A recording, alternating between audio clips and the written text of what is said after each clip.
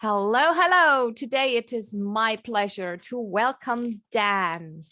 He's one of our EVV speakers, and I'm curious to find out a little bit more about him. That might also attract you to come to his session. So what is it all about, your session? Hi, Matilda. Thank you. Happy to be here. So my session, well, the title is Help, I'm Not Funny. And I suppose it's about adding humor to our talks that we give when we're online. And hopefully there'll be lots of elements that'll be useful in the real world as well. But we'll be focusing particularly on humor online. I think a lot of people say to me that they have talks which maybe don't suit humor, to be using humor in them, or other people say they'd like to use humor, but it doesn't feel like it really works online, and people don't laugh, and people are maybe a little bit disengaged. So we'll be looking at both those things. Kind of, I'll give a few examples, a few tips and tricks and things that we can do to hopefully make things a little bit funnier when we speak online. That sounds fantastic. And just to give a little bit of a background of you, I have found out that you have been 4 times a finalist in D91 for humor contest. Wow. And you're also coaching some champions. So how are you doing all this? And where do you get your ideas from? Always a finalist, never a winner.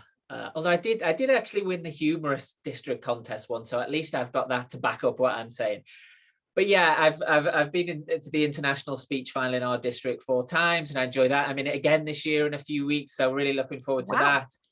Yeah, thank you. In terms of where I get ideas from, I don't know. They're never big ideas. It's never something like, oh, I've got this huge story I want to tell. Sometimes they're just tiny things. A speech that I gave in a contest last year was just around a very, very short conversation I'd had with my daughter, where she'd said something quite profound, but not that she realized it was, and I'm not sure I did at the time, but it was quite profound when I thought about it, and I managed to create a speech which did very well out of that one very short conversation. So I think sometimes we look for big ideas, but it's the small things that can be most important, and that we can build on and turn into a bigger idea. So that's what I try to do most often. Wow. So have you always been funny? Have you been the one in the class who made everyone laugh? Definitely not always been funny, not convinced I'm funny now even, but I try. And I think so a few years ago, I wasn't funny in class. I never really spoke in class. I suppose I've always tried to be funny with family and friends and kind of in one-on-one, but I never really spoke in public. And when I first went along to, Toastmasters, I know this event isn't specifically about Toastmasters, but when I first went along to Toastmasters a few years ago, and I had never really spoken in front of an audience before, forget the never really, I'd never spoken in front of an audience before. And I got asked to give a table topic, and I tried to find different ways to escape the room and get out and not have to do it. But next thing I know, I'm up there on stage, and I'd been asked this question, and it's a blur. It's a complete blur. But all I remember is that people were laughing, and I don't really remember what I said. I'm sure I wasn't funny, but maybe I was trying to be funny, and maybe they were polite and they were laughing. And it was that laughter that kind of made me feel better and made me think, I can come back next week and have another go at this, and maybe I'll join this club. Maybe I'll stick with this. And I think humor, it can get you through. It can get you through fear. It can get you through difficult situations. And it kind of comes back to what I was saying earlier, where people say they can't add humor to a speech because maybe it's dealing with a very serious issue, or maybe a work issue that's too dry for humor. But I think there's always room for humor in everything. Even some of our darkest stories can, when you add that element of lightness and that element of fun, which isn't to disrespect the darkness or the seriousness of the matter, but it can just help an audience to enjoy the talk more, and it can help the speaker, I think, to relax a bit more and enjoy it themselves. So I think humor is a huge part of our speaking. Yeah. And no, I wasn't always funny. Yeah, you have some really big clients like Apple and Netflix, and I was always thinking that they are quite serious. So how are you infusing humor there? Yeah, well, I suppose it's slightly different. Away from my speaking, when I talk about my clients, they're not speaking clients. I don't help Apple or Netflix with their speaking. I help them with. I'm a copywriter and a communications consultant, mostly digital communications. So I work with these companies on how they present their products and their services online, and each business will have its own kind of tone of voice and its own brand and style that will be their customer face to the people that buy their products. So I'm working with that. I'm helping them shape that. Not very often, you're right, not very often will it be, we want to make this really funny. I mean, Apple doesn't try and sell their latest phone with a joke, but it also there might be just a lighter side, and some companies might have different tones of voice and different style guides than others. So it's working with those and creating things. But no, I think there's a separation between writing stuff for these companies online and the humorous stuff, which I think you can always add to any speaking, but maybe not so much in that sales environment. Yeah, you should not overdo it. That's it. But how No. are you doing it actually? Are you trying to change perspective, or are you using some jokes and you're building them into your speeches? Or can you give us an idea how you're coming to this humorous aspect? I think when you think, I did a speech a few years ago, and it started out as a very serious speech. I'd been along to a place where people were giving talks, and someone had given a speech about the father. They were practicing their eulogy speech for their father who had passed away, and they were practicing the speech, and it was very, very serious, obviously. And I was just a guest. I didn't know this lady that was speaking. I hadn't seen her before, and she gave the speech, and it was, it was very serious. There wasn't really much humor in it, and I spoke to her afterwards, and I said, "Oh, I'm really sorry about your dad," and she said, "Oh, no, it's fine. He died like 20 years ago, but I really like this speech, and I just keep giving it because it helps me to remember my dad, and it's a speech that I've done well in competitions with, and I found that quite funny, and something that started off as maybe a serious idea where I would talk about how beneficial it is to give these eulogy speeches, and how we can practice and things like that, turned into more of a fun idea where why don't we start writing eulogy speeches for people before they die? Even if we're going to do them 10 years later, let's do them 10 years early and have some fun with that. And there was still a very deep message at the end of it all, which was, appreciate people while they're here. Why don't we give these talks while they're here in a serious way? But there was that fun element too. And I think there's always, with any serious story, without disrespecting the story, you can still find maybe a tangent, maybe just something somewhere where you can find that little bit of humor and just lighten the speech for a few minutes. Wonderful. So if you're coaching someone like a humor contestant, so how are you doing this? How are you giving them the stage to find their kind of humor? There are so many different kinds of humor. Yeah, it's difficult. I think it's difficult for not so much for me as a coach, but for people themselves to find their own humor, and it is important. I've seen people who will try and copy someone else, and I think that is good to a point. I think it's good to mimic people to a point, but there's also that point where you have to find your own humor. It doesn't come across, especially online, if you're kind of just mimicking someone else, and it starts to sound a bit almost like a performance, an act. And I think humor dies when something feels like an act, like it's too pre-prepared or it's too much of a copy of someone else. I think it dies. So it is important for people to find their own humor. And I think you do that by just thinking about your own humor in your daily life. Where do you find things funny?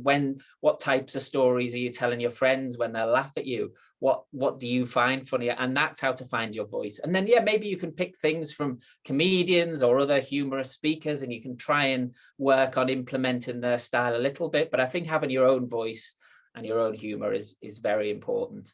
I helped someone with a speech last year. It was an Indian lady, but she was going to be giving the speech here in the UK.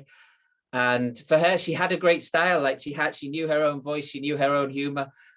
and she showed me the speech, and it was great, but there was a lot of the humor which I thought will just be lost in the UK. And so sometimes we have to be aware of that as well, cultural differences and things we can work on to say the style's great, but the content, maybe we could just play around with that. Sometimes the content's great, but the style, maybe work on finding your own voice. So there's different elements. So how are you dealing with an international audience? I mean, to find a universal humor. Yeah. Again, very difficult. I think there are things that when you are speaking to an international audience, which we've all done a lot more over the last couple of years, it's more difficult to find things that are going to work for absolutely everybody. I mean, a lot of jokes that are going around at the moment are things maybe about the Oscars with the Will Smith incident. And that's something that you can pretty much guarantee most people in any room will be aware of, but not everybody, definitely not everybody when you're talking about an international audience. So I think you kind of have to accept that. You can make jokes as general and as wide spanning as you can, and really think about that. And obviously, if you're speaking to an international audience, I wouldn't tell a joke about a local celebrity here in the UK or London that I knew nobody else was going to know. So you have to be careful of that. But I think the most important thing is you can't guarantee everyone's going to get every joke, everyone's going to appreciate every bit of humor.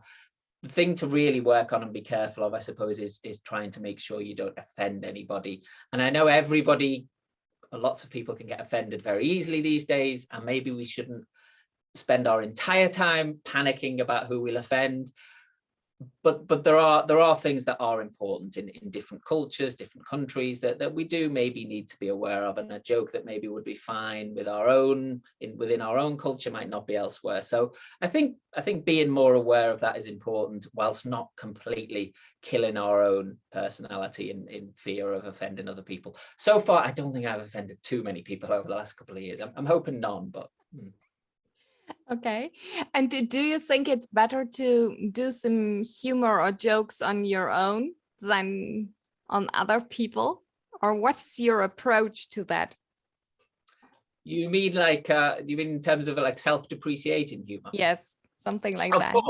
Of course, it's always better, and it's very easy for me because there's so much bad things and disasters and failures I can say about myself. So yes, I do agree on that. I think that there's lots of little things which I'll talk about in the session that we have, but sometimes putting a joke in someone else's mouth within a speech. So I might sit and tell you a joke, and an audience might think, well, we didn't find that funny particularly. But if I tell you that I was speaking to a friend and a friend told me that joke, suddenly people are more able and more willing to laugh. And I don't know what the psychology of that is, but it's just the way it happens. So the way we deliver our humor, the way we self-depreciation, definitely when we're on stage, we're the ones with the power. We're kind of the ones in control at that moment, and the audience, they don't necessarily want to laugh at other people. They want to see us give away a little bit of that power with the self-depreciation. So that's good. At the same time, I think if you can make jokes about the audience that hopefully aren't cruel and hopefully are very respectful and kind, whilst at the same time humorous, then it helps bring everyone together as well. And that's something in a virtual room, which is really important. Thank you. I'm really looking forward to your workshop, and I'm curious to find out how you're going and balancing on this slim line. Do you have some advice for us? How can we bring humor to our daily life? Well, in your daily life, humor's everywhere. I started a couple of years ago, after I'd done fairly well in the humorous contests here. I decided to have a go at stand-up comedy, and it didn't go well. It's getting better slowly, but it didn't go well at first. But as soon as I started doing that, and I just started making notes of things every day and thinking, oh, I could maybe think about talking about that when I'm doing stand-up, or I could turn that into something of a routine. And when you start looking and when you start noticing things and just listening to conversations around you, and as I said earlier, noticing things that you might laugh at with your friends, suddenly there's humor everywhere we look. You go outside the house and just watch people, go and have a coffee somewhere and watch people, listen to people. There's humor everywhere. Read the newspapers. I get so many kind of little jokes just from reading the newspaper in the world, around the world, seeing what's happening with celebrities, and there's humor everywhere. Beautiful. It seems that it's important how we're viewing the world. So with that, I would like to give you the last words and keep my fingers crossed for your competition. And please address our audience with some humor, perhaps. Well, there's some pressure. I don't know. I would, in terms of addressing the audience, I would say, please come along and watch this session and all these fantastic sessions that we have on the 23rd of April. I'm really excited to see everybody. We've still got a little bit of time before the actual day, and I might be working on some jokes between now and then, so I wouldn't want to give any of them away, I don't suppose, would I? There's also a chance I haven't got any yet, so if anybody would like to track me down on LinkedIn or Facebook or whatever and send me some jokes, I'd really appreciate that. Thank you, that would be nice. Otherwise, no, I'm not gonna give away any jokes right now. So we have to come. I'm looking forward to your session. Thank you.